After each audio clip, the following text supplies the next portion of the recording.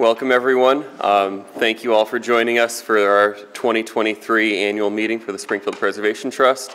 My name is Derek Strahan. I'm the president of the Springfield Preservation Trust, but this will be my last meeting as the president. I will be handing the baton over pending her election to Erica Swallow, who you'll hear from in a little bit. So I'm excited about that, and good to hand that over to someone else. It's been a fun 4 years, but looking forward to the plans that she has and everything. So you'll hear more about that in a bit.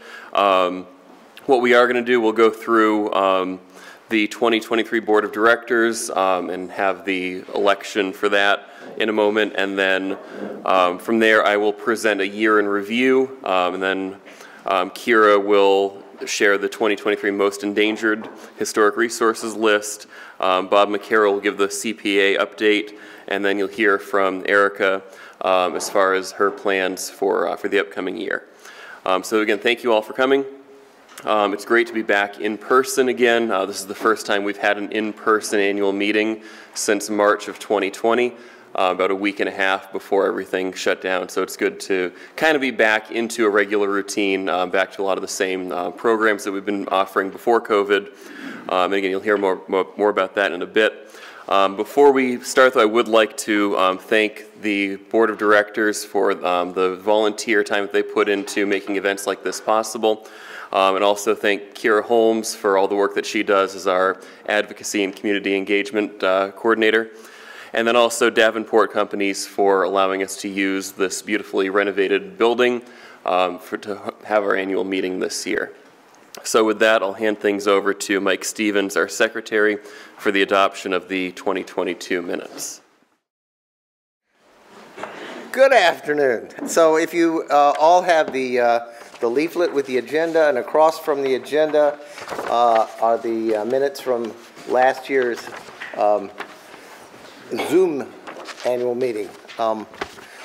At this point, I would entertain a motion to accept the minutes of the 2022 Springfield Preservation Trust annual meeting. I see Robert. Second. Who was the second? Second. Thank you. Your name, please? Linda Clear. Thank you. All those in favor of accepting the minutes of the 2022 Springfield Preservation Trust annual meeting as written, signify by saying aye. Aye. Any against? I see that is carried. The next item on the agenda is the election of the 2023 Board of Directors. You can see on the sheet here the slate that we are presenting. Erica Swallow for President, James Johnson for Executive Vice President, Marilyn Sutton, Treasurer, Mike Stevens, Secretary, and the Board of Directors as Jim Boone, Stephen Davis, Melvin Edwards, Nels Fry, Roberta Kilkenny, Walter Kroll, Jesse Letterman, Robert Lauder, Bob McCarroll, Tanya McFall, Brian McFarland, Thomas O'Neill, and Jennifer Rao. I would entertain a motion to accept the slate. So moved. Who? So moved. Your name, please? Bernie Stewart. Thank you. A second? Second. Thank you, Robert. All those in favor of accepting the slate as presented, signify by saying aye. Aye. Any opposed? The slate is accepted. Thank you. So this past year we celebrated the Springfield Preservation Trust 50th anniversary. We recognized that with a 50th anniversary celebration at the Carriage House. It was a great time. It was very well attended, and we looked at all the many accomplishments that the Preservation Trust has had over the past 50 years. Jim Boone gave a great presentation on that. And then we also just recently had a exhibit at the Springfield Museums. I have a 4-year-old and a 6-year-old, and they both loved the Lego build your own house thing, and there was also coloring, things like that. So it was a great exhibit and a great way to promote the Springfield Preservation Trust and the work that we've done over the past 50 years. And it included a looping video by a much younger Jim Boone. I don't even know when that was when that was filmed, but I recognized your voice, and then I saw your picture, and that was a little while ago. Yeah, so it was great to see that exhibit. Other things that we've done, we have gone back to our in-person second Saturday walking tours, which have been very well attended. One in particular that we had over the summer was an Underground Railroad tour led by the Pan-African Historical Museum. We also are continuing, though, with our virtual lectures that we had started as a COVID measure, but we found that, especially in the winter months when it's not really good walking tour weather, it's actually a really good time to do some of those lectures on things that maybe wouldn't make a good tour or wouldn't be feasible as a tour. So we are adding to our educational programming, and as part of that also our annual Voices from the Grave tour that we had this year at Springfield Cemetery. We've done a lot of advocacy work over the past year. The 2022 Preservation Awards, we recognized a number of properties that have been well preserved or that have been restored over the past year. And then we also presented at the last meeting our most endangered list, and you'll see this year's most endangered list in a few minutes. One of our other accomplishments, the Isolation Hospital was nominated to the Preservation Massachusetts Most Endangered list, and it was put on their list. So hopefully that will bring attention to the need to protect that building. One of the few major Art Deco structures in Springfield. We also worked to get the demolition delay changed from 100 years to 75 years. So now any building 75 years or older is at least temporarily protected from demolition under the revised ordinance. And then we also successfully made sure that the demolition delay was not lifted for the property at 15 Hawley Street. Along with that, we hosted a Preservation Massachusetts leadership meeting in Springfield, and we raised almost $50,000 in funds between memberships and donations, grants, sponsorships, and sales. So thank you all for those of you who have contributed in different ways through your membership, through purchasing calendars, through attending tours, and things like that. So the first slide here are photos, just a few pictures of the annual meeting, and then the mayor who got a calendar from us at the Mattoon Street Festival. And then in the middle is part of the exhibit at the museums. The next one shows some of our Preservation Award recipients, including the beautifully restored mural on Worthington Street, and then a number of houses, and then the restoration of the George Walter Vincent Smith Art Museum. And as part of our Preservation Awards, on the next slide, we recognize the single largest project with the Donald Courtemanche Award for Restoration, which is named in honor of my predecessor as president, who passed away in 2019. And so this past year's recipient was the restoration of the Elias Brookings School, as you see there, and that was also where we held our Preservation Awards. It doesn't always work out that the Preservation Awards are held at one of the recipients' locations, but for the past few years that has been the case. Our 2023 City of Homes calendar, we had a number of sponsors for that, so thank you to all of our sponsors up there, and also thank you to Marilyn Sutton for all the work that she puts in every year in creating the calendar. And then for our second Saturday walking tours, again, those were very well attended this year, particularly the Underground Railroad one. I also led one, that's me in the top left. I led one on the riverfront walking tour, so it was great to see a lot of you there, and also some people I had never seen before who were coming to Preservation Trust events for the first time. The Underground Railroad tour draw. Where's Kira? Was it 100 or so? Yeah, that one was like 81. Okay. Yeah. Yeah. We're getting to the point where some of our tours might be getting too big. which is, yeah, it's a very good problem to have. So thank you, all of you who, most of you I think are regular attendees on those tours. Thank you to Mass Cultural Coalition and Springfield Cultural Council too, because they funded last year so we could offer an honorarium. If anyone's interested in becoming a guide, we have spots available. Contact me. Yes, absolutely. I know we have some long-time tour leaders in attendance, so if any of you would like to throw your hat in the ring, give me a break, let me know. No, I love it. So we also, on the next slide, the Voices from the Grave Cemetery Tour. This year's tour focused on the colonial area of the cemetery. So there's Mike and Liz dressed up as my very distant grandparents. The Parsons, Mary and Joseph, I think they're 8 or 9 or 10 greats, something like that. They're very distant ancestors of mine. So I appreciated their portrayal of them and the witch trials relating to them. And then the last thing that I'll talk about for now is the 2022 annual report. I did mention that earlier, but if you are interested in reading that, we do have a physical copy here, but we also have a few of these QR codes. There's one here and there's one on the refreshment table. So if at the end of the meeting you want to scan that with your cell phone, that'll give you a link to download the PDF for that. So I think that is it for me for now, so I'll invite Kira to come on up and present this year's most endangered list. All right, so we've made a few changes to this PowerPoint, so if there is at some point where I'm not matching the information on this slide, I apologize. Feel free to tell me that it's not matching.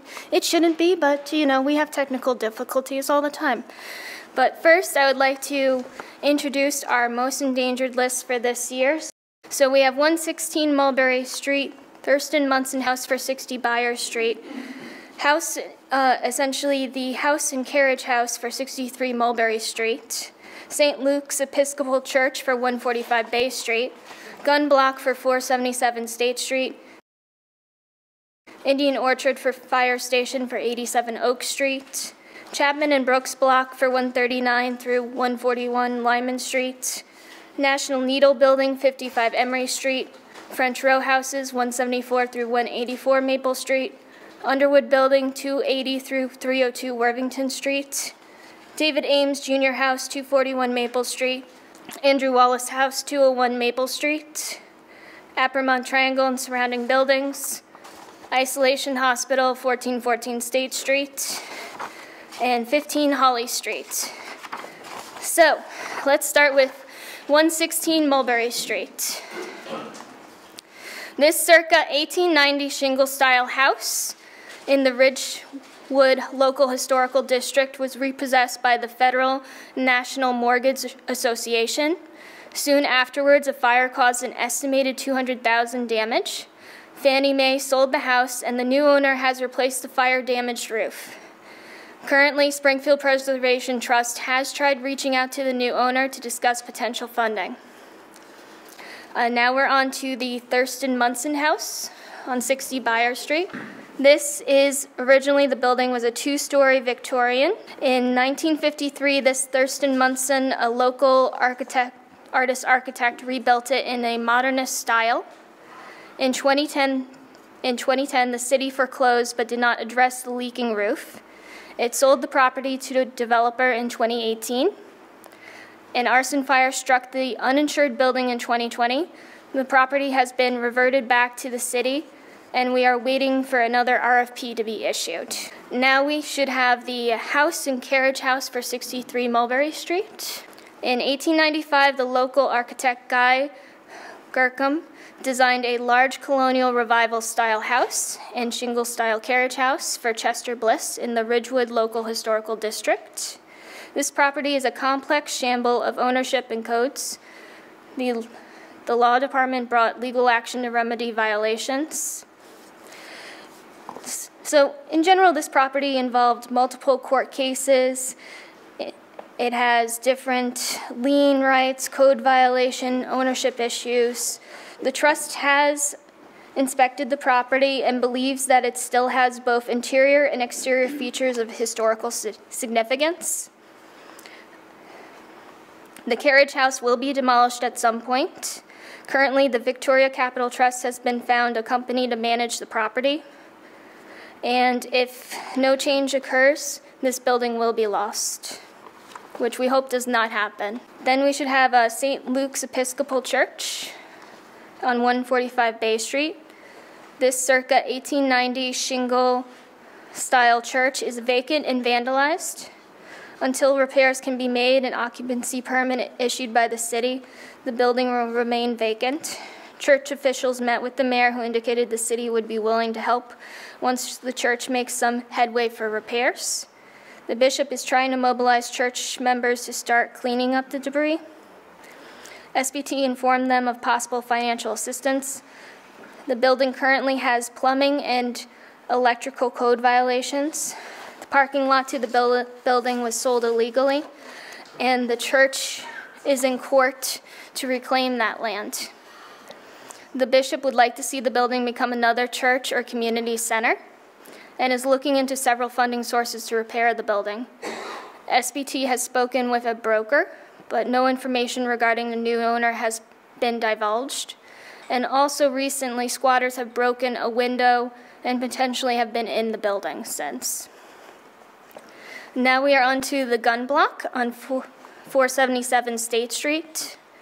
This circa 1830 building is one of the oldest commercial buildings in Springfield. It was severely deteriorated when Developed Springfield purchased it and received $250,000 of CPA assistance to stabilize it. The building is now a local historic district. A new owner purchased it from Developed Springfield and plans to have 2 floors with 8 apartments. The first floor will have a coffee shop and a laundromat. The owner has been provided information about potential funding sources. Now we're on to Indian Orchard Fire Station at 87 Oak Street. The fire station was built in 1897 and designed by the local architectural firm of Gardner and Pine and Gardner. A northern addition designed by B. Hammett Seabury was erected in 1906. The station ceased operation in the late 1960s and was used for a workshop and storage space for city departments. The property has been closed for many years. The city offered it for sale several times without any credible proposals. The Indian Orchard Neighborhood Council is interested in reusing this property and looking for funds to achieve that. The city is working with the city councilor, Zeta Govan, to make it a community center. The property received a Springfield Build Back Better grant and other money from the city to stabilize the building. Environmental remediation work has been done. The plan is to make a community center with senior and after-school programs. Currently, they are looking into CPA funding. Then you'll see Chapman and Brooks block at 139 through 141 Lyman Street. This was built in 1910 and was designed by William B. Reed in the classical revival style. Chapman and Brooks were wholesale dealers in hardware, paints, oils, and other products. This building has been vacant and owned by the city through tax foreclosure since 2009. City has solicited several requests for redevelopment proposals, but has not received a qualified proposal. The building department is reviewing the building as several bricks have fallen this winter off the western facade. The city is considering another solicitation, but the time has not been determined. Then you'll also see National Needle Building, 55 Emery Street. National Needle Building was named the most endangered list several years ago when it was part of the Penn National Casino site. After that development was unsuccessful, the property was sold to a new owner who initially proposed a high-rise hotel for the site, and the owner proposed demolishing the building. The demolition delay ordinance clicked in, and the Historical Commission proposed establishing a local historic district. This building is now a single-building local historic district. It has been purchased by Devon Self-Storage, which has yet to start work on the building. We have been in contact with the owner of the corporation, though. Then you see the French row houses for 174 through 184 Maple Street. And in 1873, local architect George Potter designed a row of 6 high Victorian Gothic-style brick row houses at the corner of Maple and Central Streets. The houses have been in multiple ownerships and have been neglected. The city foreclosed on 174 and 176 Maple Street for back taxes and offered for sale with community development block grant assistance to help the exterior renovations. A developer was chosen and then acquired the other 4 row houses. Because of no work having occurred, the city has taken back 174 and 176, while the former owner still owns the remaining 4 buildings. Then you're going to see the Underwood building for 280 through 302 Worthington Street. The Underwood building was damaged by November 2012 gas explosion. Springfield Preservation Trust provided the owner with information on federal and state tax credit programs, but the owner was not inclined to pursue redevelopment, but wanted demolition instead. This property, including 3 adjacent buildings, was auctioned by the mortgage holder. It was bought by the attorney, Rafer Pellegrino, who has renovated other historic buildings. He received a Build Back Better grant to work on Worthington Street buildings near this property. Currently, the other building on Worthington Street are being rehabbed in hopes to have the Underwood building as the last one to be rehabbed. Now you should see the David James Jr. House, 241 Maple Street, and Andrew Wallace House on 201 Maple Street. Both of these historic houses were severely damaged from the 2011 tornado. The Ames House has lost its 2-story front porch and roof. Wallace House tile roof was damaged and now leaking. The city presented the disaster recovery program to the property owner, but the owner did not submit a financial plan to gain funds for restoration. The trust has reached out to the owner, who has stated they will not be doing repairs for possibly several years. They are trying to rehab all of the campus buildings. Then you'll see Apremont Triangle and surrounding buildings. This area has been a district on the National Register of Historic Places since 1983 and a local historic district since 2017.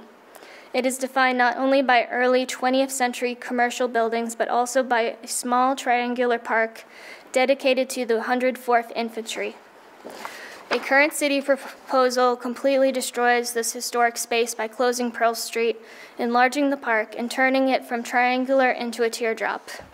The trust has sent a letter to the mayor and other city officials addressing its concerns. The 2-story buildings surrounding the triangle have been deteriorating and marginally used for years, and we support their historically appropriate rehabilitation. The Chestnut Street Corridor Apremont Triangular Plan has been awarded $700,000 to complete final design construction bidding documents. That design work will happen over the next year. Then the city would apply for construction funding in the next round available. The earliest date of construction would be summer 2024, but most likely, given funding cycles, would be 2025. The next building you'll see is the Isolation Hospital at 1414 State Street. This 1930 former Springfield Isolation Hospital is one of the largest Art Deco buildings in Springfield. It has been vacant for many years. The 5th floor hospital was designed by the local firm of Gercom and Partlet, which also designed the nearby Massachusetts Mutual Life Insurance Company. It is one of the few surviving Art Deco buildings in Springfield. A speculative zone change was proposed. SPT opposed it, and it was voted down by the City Council. SPT worked with City Councilor Victor Davila to lower the age of the demolition delay, preferably preserve buildings ordinance 100 years to 75 years, so this would trigger a delay for the Isolation Hospital. SPT has asked Springfield Historical Commission to create a local historic district to protect the building and drafted the preliminary study, which has been submitted to Massachusetts Historical Commission. And our last property on our most endangered resources list, 15 Hawley Street. This 4-level classical revival building erected circa 1905 would serve as a great building for additional housing. The center door symmetry of the building and dentil cornice are worth saving for future generations. Currently, it is owned by the Northeastern Conference Corporation of Seventh-day Adventists. Previously, there was a demo delay, which has now been lifted. A representative from the property right now is trying to receive funding to demolish the building. Previously, the representative tried looking for other options to save the building, but had little responses back. Currently, they feel it would be more economical to demolish, but will not occur for a couple of months due to funds. Now what you should see up here is one of the more recent losses from our most endangered list or most endangered historic resources list. So this is the former Massachusetts Career Development Institute at 140 Wilbraham Avenue. It was removed from the most endangered list due to demolition. This two-story building was built in the 1890s along the Highland Division of New York, New Haven, and Hartford Railroad, which spurred industrial development along its line. It was then used by the Brooks Bank Note Company. In recent years, it was used by Massachusetts Career Development Institute until it closed development along its line. It was then used, excuse me, I apologize, and essentially, which was closed in 2013. It was destroyed by a fire in June 2016. The building had an interested developer, but another arson incident occurred, and Mayor Serrano ordered the building demolished in March of 2021. Demolition was completed in December of 2021. In the next slide, you're going to see the building that you're currently in right now, the Willis Overland building. The Willis Overland building, located at 151 through 157 Chestnut Street, was built in 1916 for the Willis Overland Motor Company. It has been on the National Register of Historic Places since 1983 for its connection to Springfield's early automotive history. The building was neglected for many years and then was damaged by the November 2012 gas explosion, but the Willis Overland building Local Historic District was created in 2015. Davenport Advisors, a state-certified minority-owned business based in Boston and Springfield, and specializing in redevelopment of underutilized or abandoned historical buildings, renovated this building in 2019. In a $14.5 million development of 60 market-rate residential units with ground-level rental space.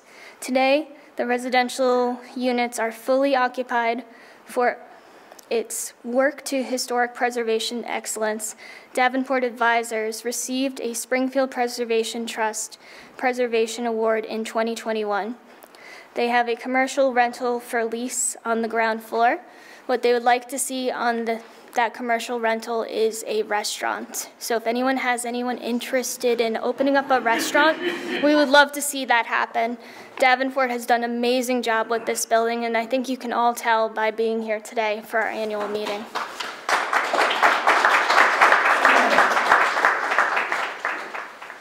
So I'm Bob McCarroll. I'm on the board of the Springfield Preservation Trust, and I am also the chair of the Springfield Community Preservation Committee. And since we have the Community Preservation Act in Springfield primarily from the activism of the preservation community, we'd like to give an annual report. You know, CPA is a project that, a state program that's been around since the year 2000. Many of the surrounding communities opted into the program. Springfield never discussed the program until 2016, when people from the preservation community spoke with various members of the city council who studied it, thought it was a good idea to at least let the voters decide whether they wanted it. And it went on the ballot in 2016. The preservation community was heavily involved in the citizen advocacy to adopt it. And we lucked out that on November 2016, it was adopted by 62% of the vote in all 8 wards, in all 17 neighborhoods, and in 63 of 64 precincts. So, yes. And it was, we're now in the 6th year of CPA, but in the first 5 years, it has brought in $10 million to this city for historic resources, open space and recreational uses, and community housing that we would not otherwise have. 8 of that million came from the local surcharge that all Springfield property owners pay, but $2 million it came from the Commonwealth. And had we not been a CPA community, that money would have gone to Longmeadow and East Longmeadow and West Springfield and Agawam and all of the other communities that are indeed CPA communities. So although folks across the Commonwealth pay into the trust fund, only those municipalities who join CPA get the benefits of it. Over these last 5 years, with this $10 million, historic resources have received allocations of about $4.5 million. So that's a very good percentage. It has gone into about 20 historic buildings, and some of these projects have not yet taken place. But examples of ones that are either completed or nearly completed is the exterior renovation of the George Walter Vincent Smith Art Museum, the trolley pavilion at the entrance of Forest Park on Sumner Avenue, the Elias Brookings School. It has also gone into 5 historic landscapes, including renovations to the Thompson Triangle in the McKnight District and renovations to the Colony Hills Triangle in the Colony Hills Historic District, bringing it back more to the appearance as it was designed by the Olmsted brothers in the 1920s. It's also going to help restore the statue of the Spanish-American War up at Memorial Square. And for the first time in probably more than 20 years, it has helped fund a historic house program here in Springfield where owners of homes in historic districts can apply for assistance. And in fact, the 3rd round of funding, which is done by lottery because there are so many applicants, will be taking place in early March at the Community Preservation meeting.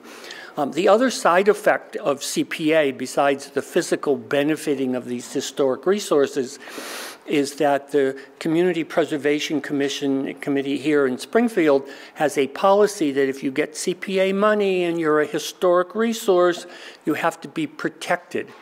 So our assistance in various projects have led to the creation of 7 new single-building local historic districts, and has led to the removal of the exemptions which the Springfield Museum has had on their properties ever since the Quadrangle Mattoon Street District was created in 1972. So not only is it helping to fix buildings and landscapes and statues, but it's also helping to greatly protect them. So we're now in the year 6. The community preservation applications are due on March 30th, so if any of you know of organizations that might benefit, you have to be a historic resource, open space or recreational use, or community housing, which is affordable housing. They should be getting an application into us by March 30th, and the committee then takes several months to vet everyone, talk to them, discuss them, rank them, and make its recommendations to City Council in the fall. So, thank you. Hello, Erica Swallow and James Johnson, prefer to be called Sean. We're very excited to be voted in today as the incoming president and executive vice president. So we wanted to take some time to give you a taste of what's to come this year. We'll be giving one more plug for the annual report, going over our new committees and key projects, and then ways that you can get involved. So first, I want to give a shout out for the annual report. This is everything that happened last year. This is a 16-page document that really goes over all the details you've heard most today. You'll get to see our community engagement, advocacy wins, lots of photos from throughout the year, and then a little bit about how you can get involved, and also acknowledgments for all of our members, sponsors, and donors as well. So this is definitely a great resource. It's downloadable on the website from springfieldpreservation.org/annual-report-2022. So next, we want to talk committees. Next, we're going to talk about the committees. Okay, well, having a committee is a great way to be engaged with the trust. So we have a number of opportunities for people who haven't had a chance or are looking for an opportunity to be involved, to become involved. So here are a list of the present committees that we have. One of the best ones is the educational program, and that's led by Derek right there. So if you want to be involved in that, and the forms of programming that he has out there, contact Derek, and he'll discuss that further with you with the different programs that we're going to highlight too a little bit later on in the slides. There's also community events. That's me and Nels Fry right here. As we look to start doing things a little bit differently in the upcoming year with the community events. We're looking to bring some of the community events to a very larger scale so that people from not only around the city, but people in Western Mass come to our events and stuff outside of the regular tourism. And a lot of that's going to be done through these community events as we look to engage with people in different ways that weren't done before in the past. Besides the community events, there's going to be advocacy, which is Jim Boone and Jennifer Rao. They're both here. There's Jennifer right there. And the great Jim. As you guys can see, one of the things we brought up earlier was the state hospital. They'll help lead the way with different issues that come up throughout the year in terms of advocacy, reasons behind it, and they have a wealth of knowledge and experience. One of the key things, I'm going a little bit off notes, it takes 10,000 hours to master a skill. And what we have seen through the collection of people that are here, we have over 10,000 hours of mastering skills when it comes to preservation and advocacy through our work experience and stuff like that. So everybody's important. I just want you guys all to think that, like, you know, that, hey, how do I contribute? You add to the 10,000 hours whenever you actually volunteer to help with the ideas and things that we talk about and pitch. Besides that, we have fundraising and merchandising. Bam, Erica. She is a genius, and she's definitely one of the best that's out there. And we are going to be one of the best, and we have been one of the best in the past. But we're going to discuss that a little bit later. And besides that, we have our ad hoc committees, such as the photographic archiving, chaired by Marilyn Sutton, who couldn't be here today. But everybody, if you ever met Marilyn, you love her. And this is one of the most important things as we document things that have happened in the past. And this is how we tell the story. We tell it through the photos so that other people can see the things that have happened before. Educational programming. So we're looking to explore educational program opportunities such as our walking tours. I'm a person who likes to travel, and I know you guys like to travel too. One of the most important things you do when you visit a city or an area is people like to experience walking tours. It gives you something to do throughout the day, shared experiences and stuff. We look to update it with mobile-based, basically through cell phones, ways to do the walking tours and stuff. So we look to bring that into the future, well, present time, because that's not the future anymore. That's what we do. We use our cell phones.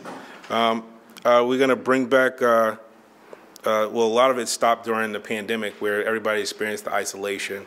And a lot of people are kind of sick of talking about that. But now we have a chance to reconnect with people and explore the cities and explore history That's what most people want to do. That's what Massachusetts is well known for, is our rich history that we have in historical things. Just like we're in this historic building, and we could talk about the people in the past who've done it, you know. So this gives us our opportunity to do that. What Derek will be looking to do with his committee, and I'll go through it, he's looking for people who are the best fit to help out. So there's a list of people, and I can't remember them all, but I can read it off this list. And they're people who love history, right? Archivists, tour guides, you know, so if you like talking in front of people, you just like engaging with people, here's your opportunity to be involved with that. I can't say the word. Docents. Yep. There you go. So docents, writers, bloggers, educators. And if you have an idea for a program, contact Derek. He's your man. So, and then from there we have community events. What we'll be serving besides like the annual meeting, we're going to be looking forward to having summer parties, like at houses and stuff, and winter parties too. You know, as a preservationist and stuff, we need to take advantage of what we have for our natural landscape and our background. We have some of the best buildings, some of the best houses in all of the United States, here in Massachusetts and then here in Springfield, and we look to have some of the best parties at those locations and stuff, or get-togethers. I mean, I'll tone it down for this speech, but we're going to get to that level, and that's part of my goal and part of my push. With the help of Nels, we're going to have some like we talked about doing like a Great Gatsby event and stuff. I don't know if you guys know who that is or experienced that, you know. And we just talked about different social settings where we can capture the history and have a rich environment in it at the same time. So one of the things we want to do in terms of building a strong community events committee is find people who are interested in those types of areas and stuff. Part of it that helps will be the people who want to show their houses and want to help facilitate that experience. You know, we're looking for individuals and homeowners who you've probably never done it before in the past, so don't be afraid. You know, there's a first time for everything. And if you have done it before in the past, you can guide other people on how to do it and stuff. So those are some key things that we'll be covering. We'll also be looking for booth volunteers for like the festivals and boothing activities. So if you guys know what a boothing activity is, maybe, I don't know, maybe they sell insurance specially to historic homes or something like, but basically different booth vendors and stuff to make the events more engaging. Food and beverage. We got to eat. You know, you don't get together and not eat. I don't care where you go in America, you're going to stop and you're going to go to the bathroom. That's number one. Number two is you're going to eat. You want to eat something, and that's what drives the memory. If the food's crappy, you can be like, oh, man, you're going to remember where the food was bad at. So we want to remember where the food is good at, too. Here's an opportunity to talk great about it, like, oh, man. So if you know somebody who's a food vendor, too, who might be interested in helping host the event and making it a memorable experience, because what a lot of people do is they like to take pictures of their food. They're not eating it, they're just taking pictures of it and stuff. So, I mean, that's how much we're involved in having that type of experience, and that's what we want to have is the great social setting so that we can have that happen at the same time. And shout out to Robert Louder for providing the refreshments here today. All right, we got grapes. The other part is contractors who focus on historic preservation to host workshops. That is so key in terms of mastery of skill. One of the things that we talked about when we visited some of the older buildings, we were talking about windows, we talk about flooring, we talk about like reuse of building materials and stuff. So it's important if you know a contractor, somebody who does those things, that they be involved with us so that they can help us, help you, help other people, help each other, right? If you guys get what I'm saying. I experienced over the last week, I went and did a workshop class where we were building mosaic tiles and stuff. And I was like, it's something I'd always wanted to do. And then now I'm gonna do the stained glass workshop next and stuff. That doesn't mean I'm gonna do it in your house. I'm just saying, I'm just saying that I was like, oh, there's stuff out there. And it was, did it down there on Bridge Street, which was a lovely setting right there, Make It Springfield. I seen a link on Facebook and I went there and I actually went and did the class and stuff. And I have my little piece sitting on my mantle right now. And then I started ordering all my tiles and stuff. I've been taking pictures so I can build my next piece. Let me go into the next thing. You know. Yeah, so I'm getting there. I'm going to be there. You know, and yes, I live in McKnight, so I just wanted to throw another plug out to my neighborhood. McKnight? Anyone from McKnight? So, Hey, yeah, there you go. Forest Park? Yeah. Woo woo. Yeah, okay. Nice others. Maple Hill. So, so one of the most important people, and well, we're all important, but one of the people we want to be there too at these events is photographers, artists, and musicians and stuff. You know, you guys all see the movies where they have music playing in the background. It's always expected, so it should be part of a standard that we should have and stuff. We don't need music right now, but I'm just saying there should be some type of ambiance. We want to facilitate that, and we want artists, local artists, somebody who can capture the picture beyond the photographer, who might make it into an art piece later on that we might buy and put up in our house and stuff. So I'm just thinking like the next level that we can all go and do and stuff. So you'll see on the upcoming events, a lot of them encompass our educational programs and our community events. So you have the historic preservation at the state level, right, through Preservation Mass. That's February 28th. Excuse me. We have the introduction to the 2023 Most Endangered Historic Reservations list. And then, of course, we have a second Saturday walking tour, all right, the Great Houses of McKnight Historic District. All right, so that's probably one of the best ones, once again, because I live in McKnight, so I'm going to throw a plug out there for that. But it's important because before I got to this level, I'll tell you that my daughter, she lives in Georgia. I bring her up here throughout the summer, every summer, and she's actually recruited some of her friends to come. And one of the first things she wants to do is take a tour. And she wants to go to Armory, she wants to go to Springfield Technical Community College to go see the Armory, to see the lathe, you know, to see the displays and stuff in there. Like, we do that before we go to Boston, you know, so we'll take a tour of Springfield, we'll take a tour of the downtown, and she loves it because it's walking distance, you know, from her to walk from McKnight down into the downtown. You know, she's from Georgia, so this is like great. So she sees that, and she's like, wow. And so she's always telling her friends, yeah, my dad lives in Springfield, and she tells them all about the Basketball Hall of Fame, Dr. Seuss, and all the innovations that took place. And these are things like she's sharing with all her friends. You know, now she's in college, you know, at 18, she's like, you know, she reverts back to what she did when she was 9 and 12, coming here every summer and stuff, and playing at Magazine Park, you know, and then going over to Six Flags, because that was like my former daycare for her. It was like, okay, we're gonna go to Six Flags. I'm gonna make you tired. I bought the pass and let her swim. Just park it there. Yeah. And then from there we have the Forest Park Heights house tour. That's in June. No date yet. TBD, so if you are a Forest Park resident and interested in potentially having your home on the tour, definitely reach out to anyone and they'll get you to the right place, but yeah. And then from there, we have Mattoon Street's Art Festival. Oh, I'm sorry, I skipped one. What I skipped was, and I didn't mean to do it, How to Save a House, Pathways to Preservation. I got so amped up talking about the glasswork and all the other things. This is probably one of the most important things that you could do because that's what we're standing for, you know, in terms of getting homeowners and teaching people about preservation and stuff. Education is one of the most foundational skills that you have out there, that knowledge base and stuff. And the myth, thinking that you can go out to Home Depot and Lowe's, I'm not slandering them, but I'm just saying that like a lot of these homes and buildings and stuff, you know, there's like the craftsmanship that was done back then compared to what you buy now in the stores is not even close to the same, you know, and we're taking advantage of that by being in a space like this right now because of the level that they built stuff.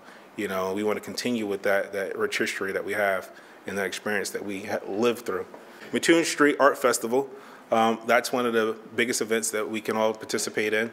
And I love Mattoon Street. I used to live on Salem Street. If you know any streets around here, that was the second place I lived in Springfield, was over on Salem Street. And I'd walk through Mattoon Street like I lived there, but I didn't because I lived on Salem Street. So,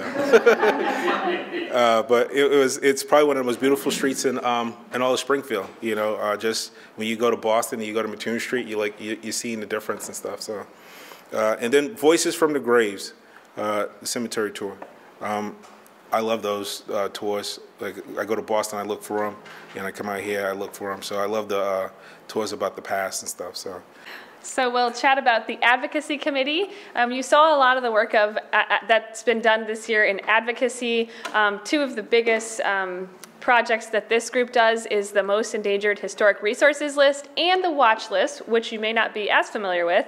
They oversee and manage that. The Most Endangered List is focused on buildings of historical and cultural significance that have immediate danger of demolition or disrepair, such as with a leaking roof or massive issues that have already occurred at the property. But the watch list is actually a more private list that we manage and keep an eye on properties that are nearing danger, not quite there. So the advocacy committee is the group that is really keeping an eye on that. They work very strongly with Kira, who is always calling property owners, and as you see is really an expert on the list. She will know from a day-to-day basis what the status of the buildings on those lists are. Jem Boone and Jennifer Rao, who are here, they are the co-chairs for this committee. They are looking to grow the committee with individuals who are passionate about historic preservation advocacy in our city. So you might enjoy working on the advocacy committee if you are, for example, an archivist who could assist with researching the buildings on the list and help to actually advocate for that historical relevance, to put together the story for these buildings and be able to help us present that, which leads to activism. So if you're an activist who enjoys going to city meetings, particularly city council and the Springfield Historical Commission, you would be a great fit for this. You'll see the trust at these meetings regularly advocating for every time an ordinance is about to make a change or pose additional danger or potentially help actually support the saving of one of the buildings that are on our list. So if you're interested in doing activism, this is a great committee for you. And also economic development enthusiasts, we obviously hope that these lists will present opportunities for those that are investing in Springfield. We're in this building, for example, which was purchased and redeveloped for a reuse of residential and commercial. So if you get excited about taking our historical resources that are vacant or nearing disrepair and helping attract businesses or investors to redevelop them, then this also is a great committee from that perspective. It's always great when you can get the history lovers connected with the activists who are actually going out and actively going to the meetings and opposing or being in favor of specific issues, and then we have those who have the connections to investors who can make a difference. So one other advocacy project this year that I want to specially mention is that we're advocating for the city of Springfield to hire a trained preservation planner.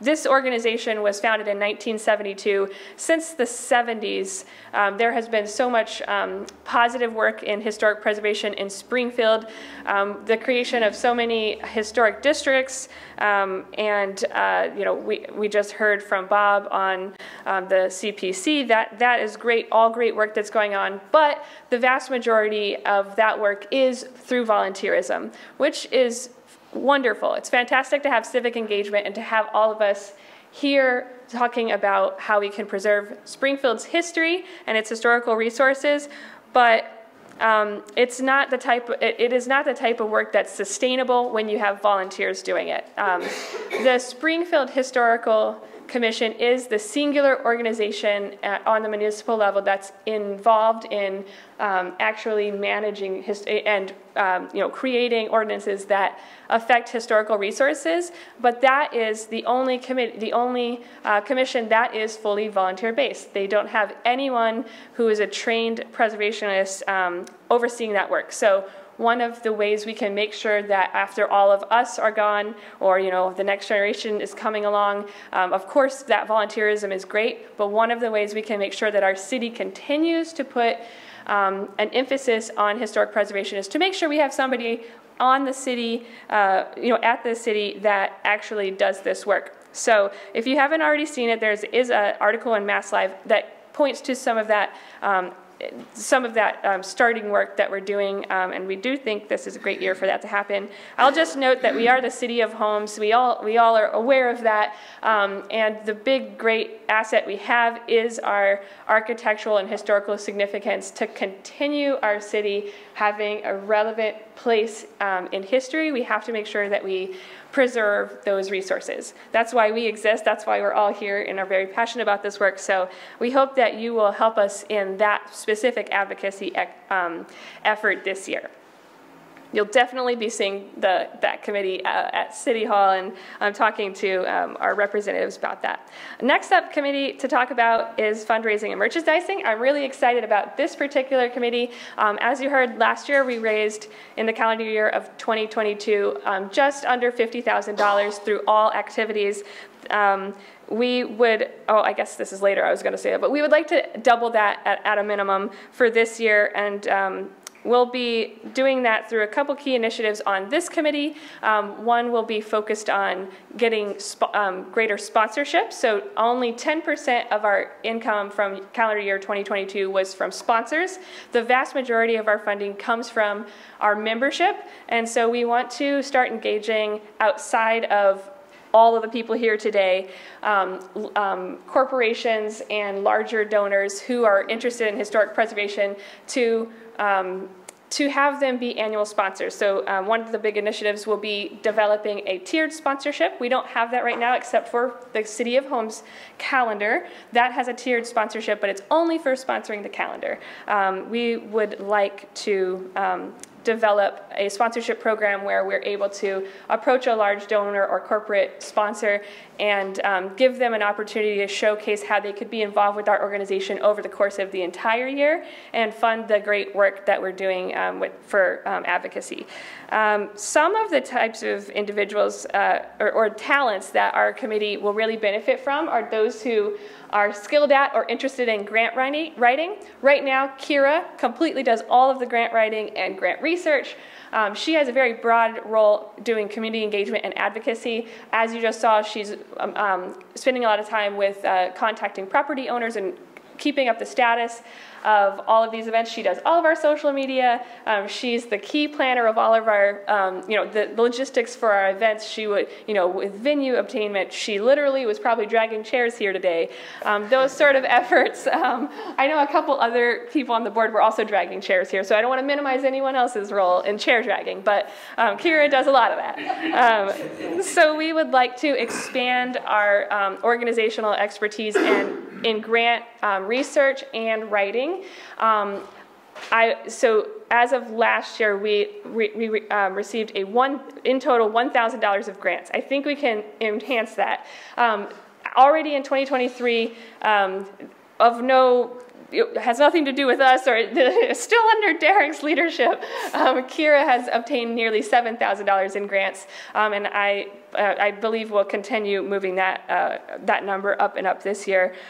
So grant writing, if you're interested in that, if you want to help out with that, we would love your assistance. Another one is product development. So if you have an interest in creating new types of products beyond our City of Homes calendar, if you have an idea of something you would like to purchase, or if you have experience with product development, we'd like to create an offering of different products that you can bring home with you to remember all the great work that the Trust is doing. As I look at a couple nonprofits in our area, the Springfield Museums or Bright Nights at Spirit of Springfield, really, and they're specifically some of the merchandising they have for Bright Nights, there are so many great things you can purchase around them.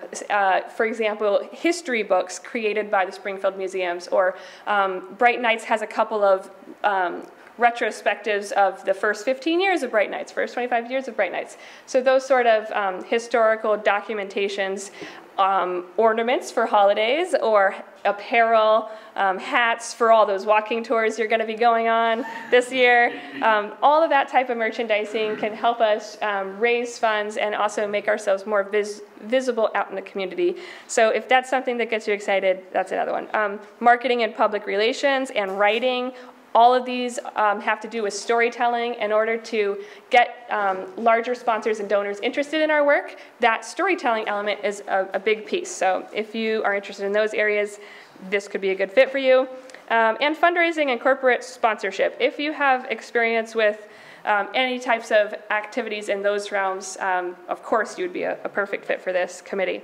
Let's talk about our ad hoc photographic archiving committee, which is chaired by Marilyn Sutton. So this is an amazing project. It's an ad hoc committee, but I have a feeling it's going to take a really long time, maybe not be completed this year even.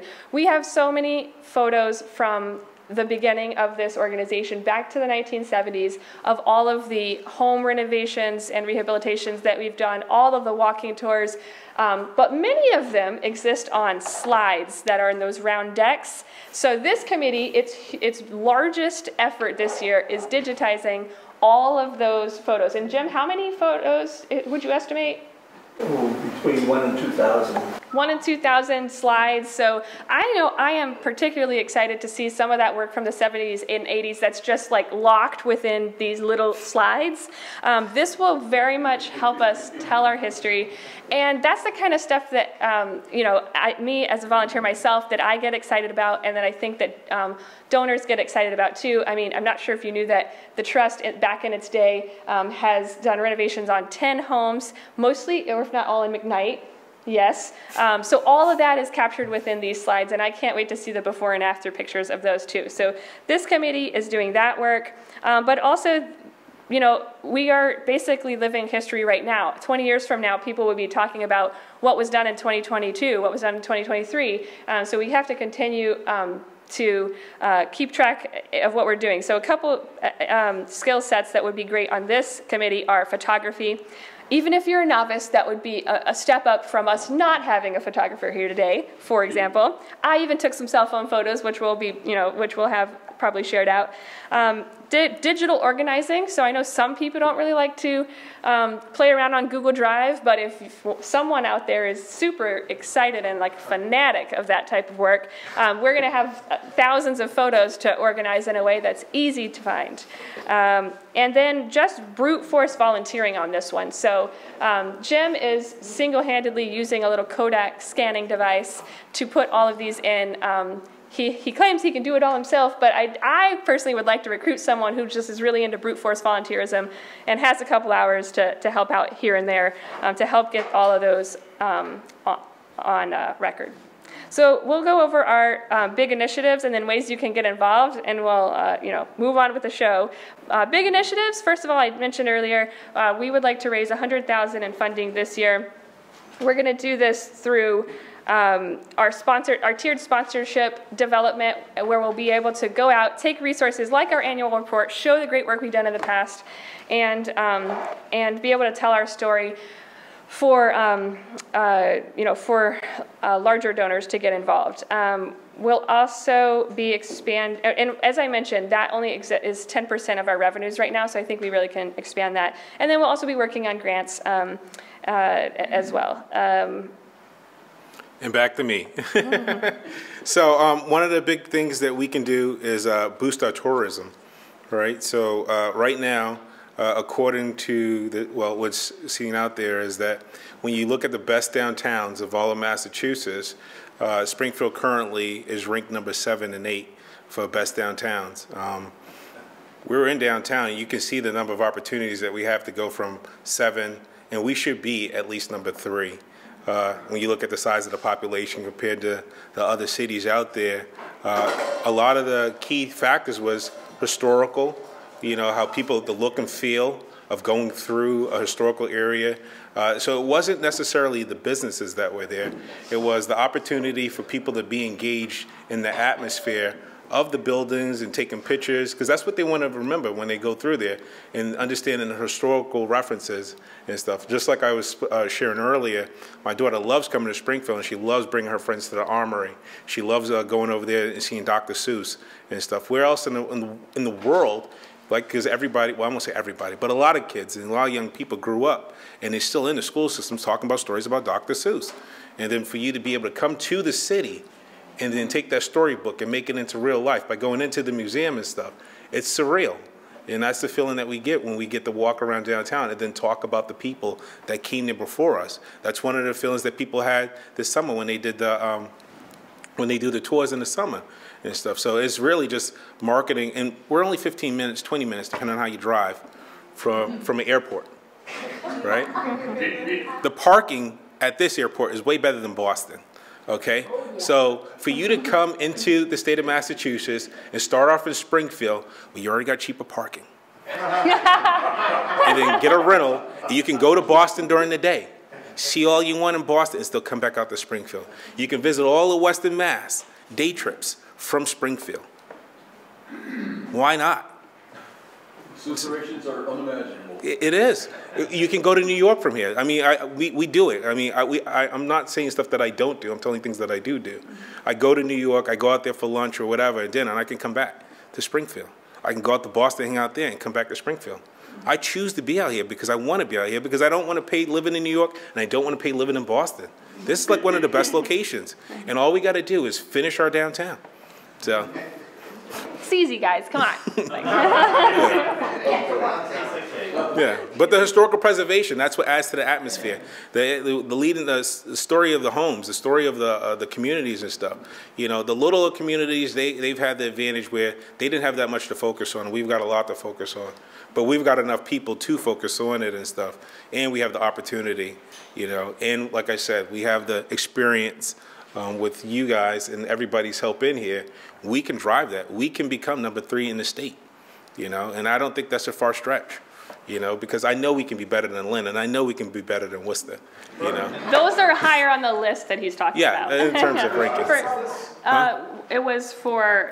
7 best cities in Massachusetts. It was downtowns. It was downtowns. And on World Atlas. Yeah, it was on World Atlas.com. World Atlas. Yep. Yeah. So, but the driving factors for most of, if you go whenever you go anywhere, in terms of tourism, is you're looking for historical places. That's what you're talking about, outside of going to a restaurant. I mean, people are going to eat, so no matter where you're at, there's going to be some food.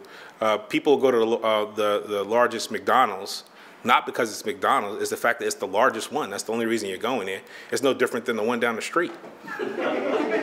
But you're going there because it's the largest one. So we have advantages of Springfield, too. Yep. And finally, we've already talked about advocating for the city of Springfield to hire a full-time preservation planner, so we will be doing that work, and we won't shut up about it. No. All right, ways to get involved. So first, you can become a member if you're not. Who is all in here is a member already? Hey, Most of everybody. I saw a couple hands, so that's great. If you're not already a member, you can become a member. Some of the benefits are discounted events, free tour passes, and if you're big enough, you know, if you've at a big enough level, you can get listed on our website, in our newsletter, and as a tour sponsor. So you can, if you go to springfieldpreservation.org, at the top you'll see the banner and where you can go to click. Or if you want to upgrade, you can also do that. Secondly, join a committee. You just heard about all of the committees we currently have. So if any of that got you excited to get involved, definitely reach out, and we will make sure that you have lots to do, or a little to do if that's what you prefer. Or if you think that there's other work that should be being done that you didn't hear about today, then that's an opportunity for you to potentially even create a committee. You don't have to be on the board to do that. You can just be a member. I believe the bylaws even say you can be a non-member, but we just checked the bylaws if a non-member ended up wanting to do that. So yeah, join a committee. Serve as a board member. There you go. So it's a rewarding experience, and you can actually help make a difference. And stuff. Everybody's gonna make a difference, but you know, it's one more step in the level of commitment. You know, so if you have a commitment issue, this is the beginning of getting over that by becoming a board member and committing to us, just like we're committing to you. All right. Beyond that, we have volunteering at an event. So maybe you want to volunteer at an event, and to me, it helps. We're gonna help shape. We're gonna help shape and create the culture. So I'm the one who wrote the notes. I don't know why I stumbled over my own note. So we're going to help create and shape the culture by our events. And that's one of the biggest things that we can do. And we're going to have the greatest impact in the communities in the surrounding area with the preservation, because that's what the preservation is going to be doing and has been doing. And we're all going to be involved in that with our events. No matter what your role is, everybody's role is equally important. And that's one of the most important things I can say to you. So even if you just, whatever level of volunteerism that you do, it is equally important. Even if you're the one who just has the chairs, you know, that's important, because people, like you guys all experience, somebody wants to sit down. So don't think it's a minimum job. Right, so everybody's role is equally important. Even if you know somebody, and then the other part about volunteering at these events and stuff, besides talking to your friends, you can use it as a conversation piece. The person doesn't have to be your friend, you know, so it gives you the opportunity, and I'm being honest, it gives you the opportunity to meet people and connect to them, and before you know it, they might move out to Springfield themselves, just because they met you at an event and you were just talking about why you were involved and your love for history, and with all the great programming that Derek has been doing, and the education that we have out there, or you might inspire somebody to do the same in their city. So let's be those people, okay? And finally, become a sponsor or refer a sponsor. So I want to give a shout out to this first, almost this entire first column are sponsors from this past year. These are individuals who, beyond their membership, individuals or corporations who beyond their membership or as part of the calendar or 50th anniversary, potentially a couple other events, decided to sponsor specific aspects of our work. So we would love to get more sponsors involved or to continue. You know, a number of the people on this list are in the room, so we would love to continue to have you involved as sponsors. As I mentioned earlier, one of my passion projects this year is making it easier for sponsors to get involved and to have a very clear tier system. So, you know, if you are a sponsor at, you know, it hasn't been developed yet, but if you are a sponsor at this particular level, you're a sponsor on the calendar, you're a sponsor at our annual meeting, you're a sponsor at one of our walking tours, and you'll be listed in our newsletter and our annual report, etc. That's an example of how that kind of would look. So these are all the ways you can get involved. Don't forget to download the annual report from last year. This will inspire you for other ways you can get involved because all of that work is done by volunteers. We thank you so much for listening to everything that we hope to do this coming year, and we will now welcome up, is it you, Joy? Joy. Okay, great. So from Davenport Companies, Chuck Irving, the president, was slated to be here today, but could not make it. So in his absence, we are pleased to have Joy Martin, who we've seen at City Council alongside us many times, to be speaking on current developments that they are working on for historic preservation here in Springfield. Welcome, Joy. Thank you.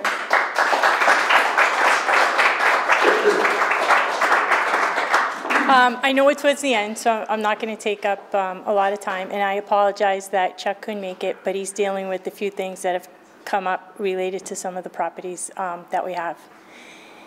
As you know, Davenport developed this building. We took this from the studs, and I think we made a nice product here that's well received and has been very well supported by your group, and we appreciate that and we thank you for it.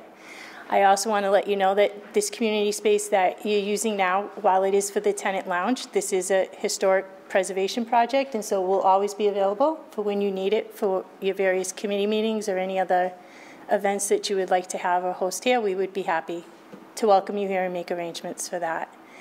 I think everyone here is familiar with Davenport. We've been involved with Springfield and investing in Springfield for quite some time. I think while we have invested in Springfield well before MGM came on the scene, I think we became more well-known and more public in the area when we worked with MGM on the casino development. And we were involved in that project in preserving some of the historic aspects along Main Street that is part of the MGM casino project. Some of the other buildings that we have bought and we are looking to do historic renovation of is 162 to 172 Lyman Street, which is right across from here. We also were, I don't want to say own because not yet, we're very close to, we were selected as the preferred developer under an RFP from the City of Springfield for 169 Maple Street, which is known as the Parsons Apartment. And that is our next project on our list to rehabilitate. It is I'm sure everyone's familiar with the Parsons Apartments, but it's located at 169 Maple Street. I believe it's across from the row houses that you are on your endangered list. Next to the cemetery. Next to the cemetery, exactly. Okay.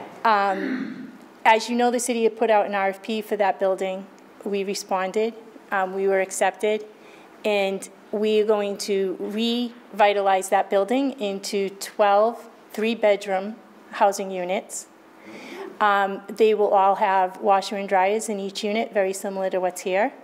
The building will not have some of the amenities that you see here, only because it does, the building itself, the footprint of the building just does not accommodate that. And as you know, for historic renovation reasons, you keep as close to the original buildings. I have some plans if people are interested in seeing them. I don't know if you saw them at the City Council. Yeah, please share. So this is the exterior of 169 Maple, and we would keep all this the same. We will obviously repoint it. We will correct the masonry where needed, and as you know, for historic reasons, we will keep all the windows as you see them now, which was one of the great benefits of this building. As you see, the windows itself was one of the most prominent features for this building.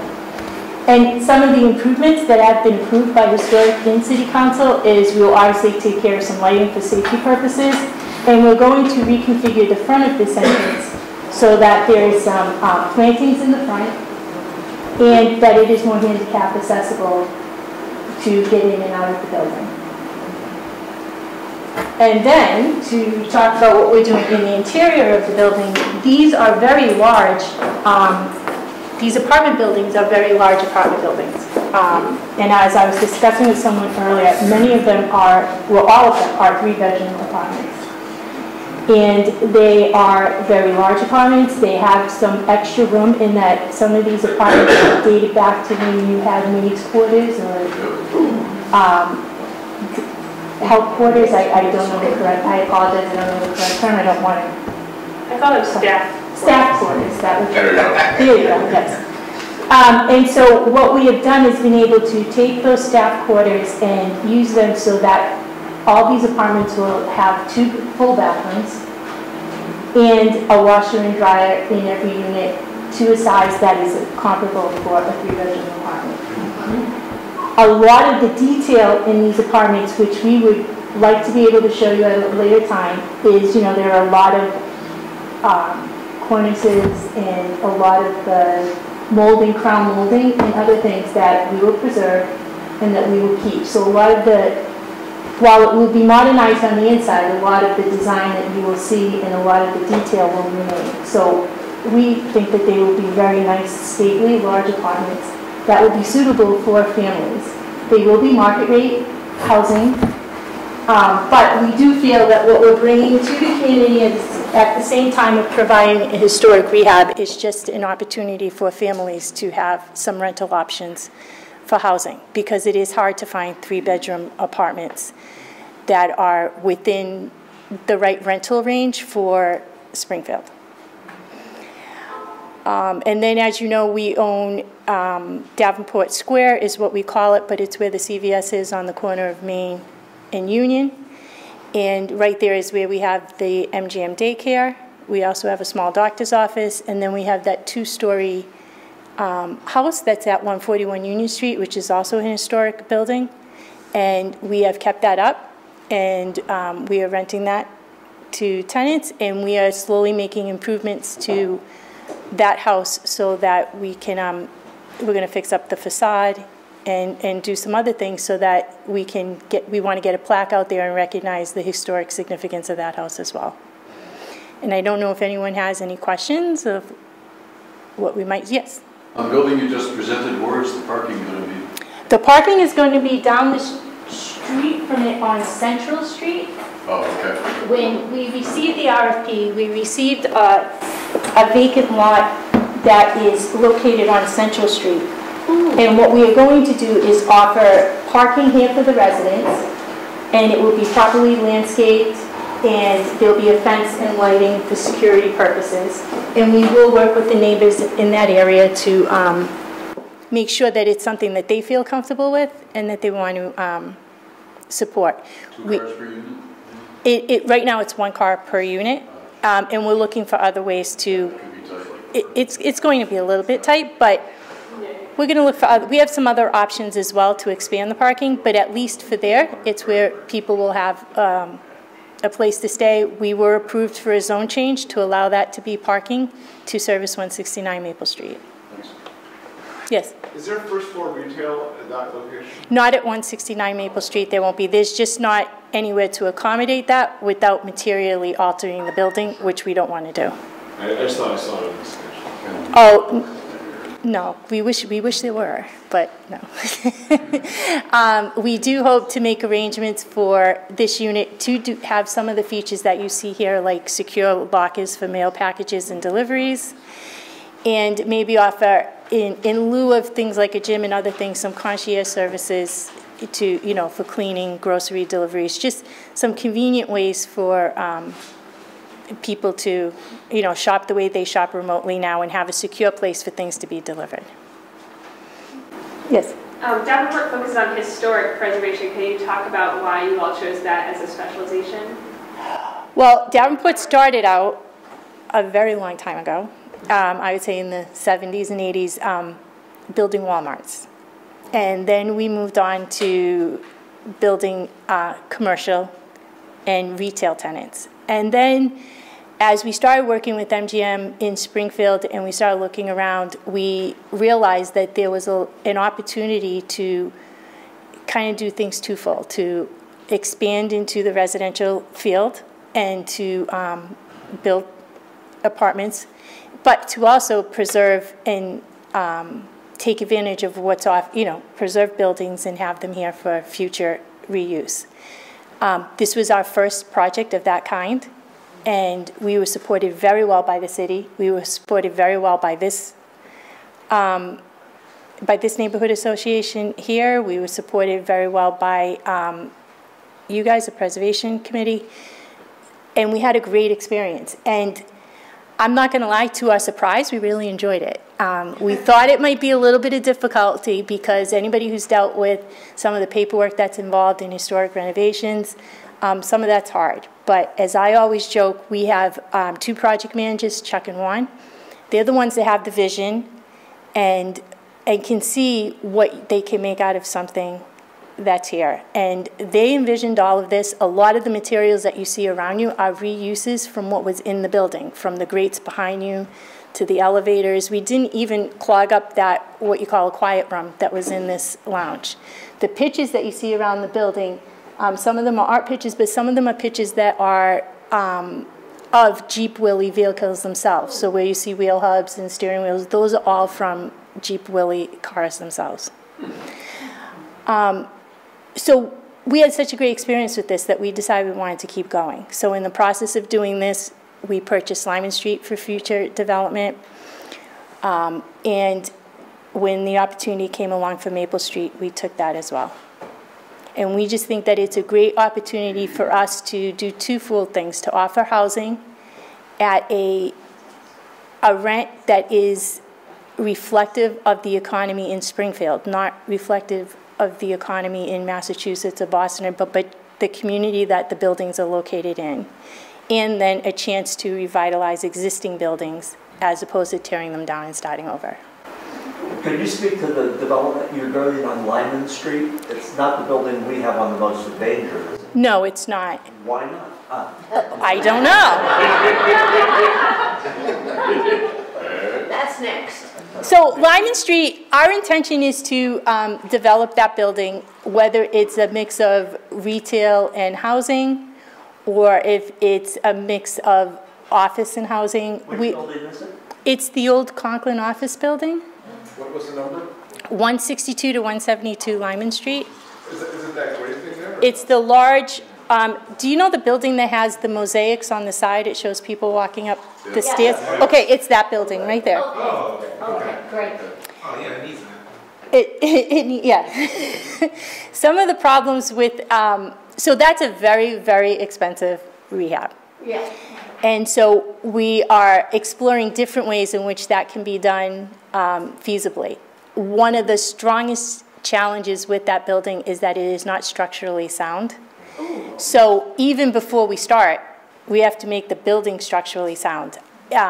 It's more than just the roof. We have some of the floors are separating from the walls, and so it's an issue. So we are exploring different ways in which we can first get the building structurally sound and enough to kind of get more people in there to help us decide the best way that we can revitalize that building.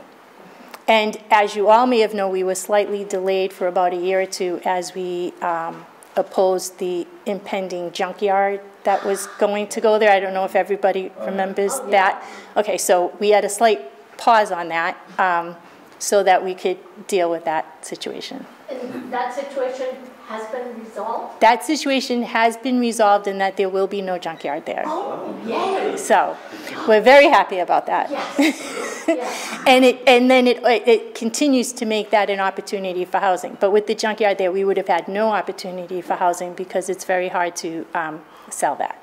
And as a Boston City person myself, who grew up in the areas of East Boston and Chelsea and other places where junkyards were there, self-service junkyards are just not something that people want to see outside their window. Yes. So we're happy to be here. We're happy to be investing in Springfield, and we want to keep doing that. And we want to become, as we continue to invest, we want to become more involved in programs like this so that we can be part of the history of Springfield. So, yes. Yes. I'll answer all your questions till you have no more, I promise. What other communities are you working in? Are you mainly a northeastern developer?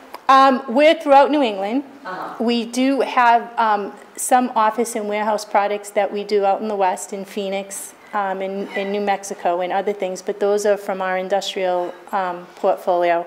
We concentrate mostly in the New England area. And most of our developments are here out in Western Massachusetts, and namely in Springfield. We do have some properties that we manage commercial with the possibility of them having future developments into housing in cities like Chelsea, New Bedford, and other areas like that, where there is potential for more building of housing where it's needed, and again, historic properties that we can use for that purpose. Yes? On the Arctical Hospital, I was thinking of, are you involved in that? No. Okay. Because I thought that'd be a great use for residential with a serious emphasis on home offices, just for the location. Right. No, I don't disagree with you. There's some, if anyone has any properties that they would like to bring to our attention, if you want to let myself know, Karen knows how to get in contact with me. So while we will not take any and every property that someone suggests, I can tell you that we will sincerely look and evaluate every property that you show us. And I just hesitate, I didn't mean to hesitate to evaluate, I mean like we'll do a preliminary evaluation on the property and look at all of the logistics of getting that done. So suggest what you would like, we will definitely look at it. And anything you can bring to our attention. This project itself was brought to our attention by the city.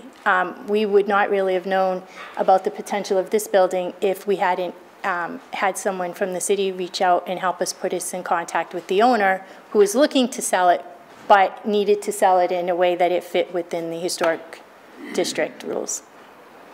And we were happy to accommodate.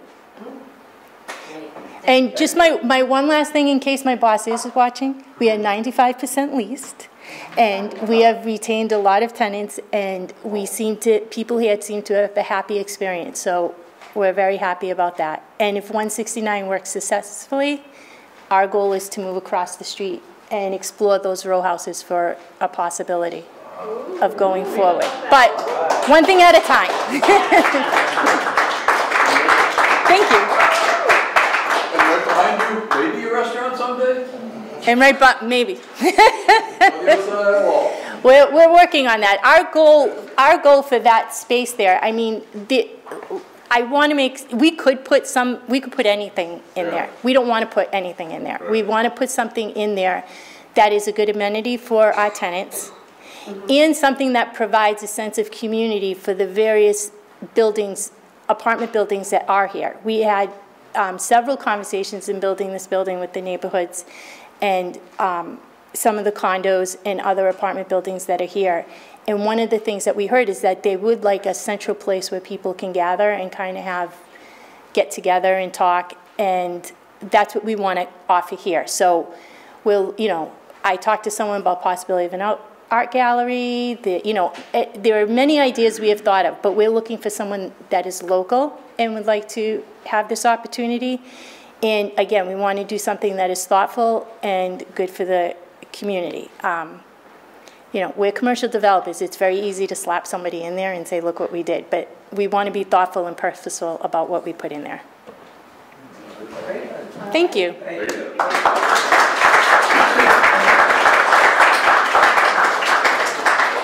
All right, thank you. So this concludes our annual meeting.